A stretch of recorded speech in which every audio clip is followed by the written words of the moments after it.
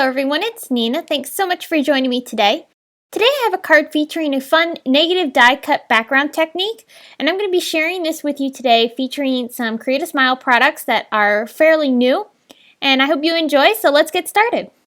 Here I've got the adorable birthday triple die set. These have so many cute little birthday sentiment dies included in this set in a variety of different fonts. I'm going to be using this one today that's in a sans serif font.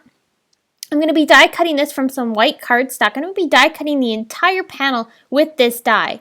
I ended up die cutting this a bunch of times, about 22 in total, and it's going to took me a while. So what I'm going to do is I'm going to speed this up so you can see kind of the process that I went through as I was die cutting these. I just shifted the die slightly as I was going down the paper. I didn't want them to all be lined up in the same direction. So I just kind of shifted them down across the side of the cardstock, running them through my machine each time. And I'm saving all the positive pieces that are left over as we're die cutting this panel. So instead of using the positives as we normally would do, we're using the negative for this background. But we will be using some of the pieces that we end up with after all of our die cutting is finished.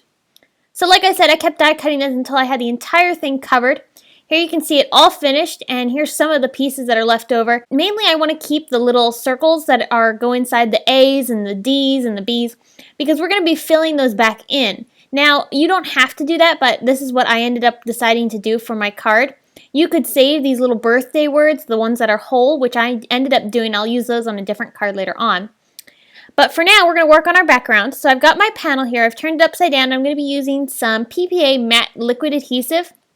And this stuff is very much like the Ranger Multi Matte Medium or the Tombow Mono Multi Glue. This is a matte adhesive, and it's very strong, bonds to the paper really, really well, and also to a variety of other different types of materials, including your embellishments. I have used this exclusively for all of my liquid glue needs, and I have never had any problems with it coming off in the mail or anything like that. So it's definitely a well-recommended glue. So I'm going to be applying this down onto some American Crafts white glitter cardstock. I love this glittery cardstock. It's really, really pretty. And one of the things I love most about it is that the glitter does not come off when you use the paper. So I'm just going to trim this down because it's bigger than the front of my card here. So here I've got those little negative pieces again, and I'm going to be putting these down inside of the little A's and the B's and the D's. And I'm just going to be dropping some liquid glue and putting all of these down into those little areas that they belong in. They're all the same size, so it doesn't really matter which ones you use. You don't have to keep them straight. Now, the only thing I will say is that this took me a while, so if you don't want to put this much time into the card and you just want to keep it simple, you could skip this step. Now I'm going to be creating some banners to be putting behind my sentiment area. So I'm using some washi tape and I'm attaching it down to some vellum. I've die cut them using a stitched border die from My Favorite Things. That's the basic stitch lines. And I'm just going to trim those out then. Once I do that, I'm going to go ahead and trim little banner ends into each end of these paper strips. So I just cut a slit down the center and then I met it on each side right down in the middle there area, and it creates a nice little fishtail banner. Moving on to my sentiment, I've die cut one of those birthday sentiments again, this time from some black cardstock, and I've just attached it down onto my vellum that I've die cut from my stitch circle die. I'm doing this because I want to make sure that I keep the sentiment area lined up the way I want it to. So this is giving me just a little bit of a guide for where I'm going to be stamping my little supporting sentiments. At first I thought I was only going to do one, and then I ended up deciding to make the sentiment a bit bigger, so I used one of the other sentiments that is included in this stamp set. And this stamp set is the mini birthday stamp set from Create a Smile Stamps. It's really, really cute, and it works well with these little birthday sentiment dies. Alright, moving on to the banners, I'm going to be attaching these down with some tape right there in the center. I'm not putting tape across the entire portion of the banner because I want them to be kind of a little bit more loose off the paper and not fully adhered down, because I want them to have a little bit of lift without adding any dimensional foam tape or anything like that.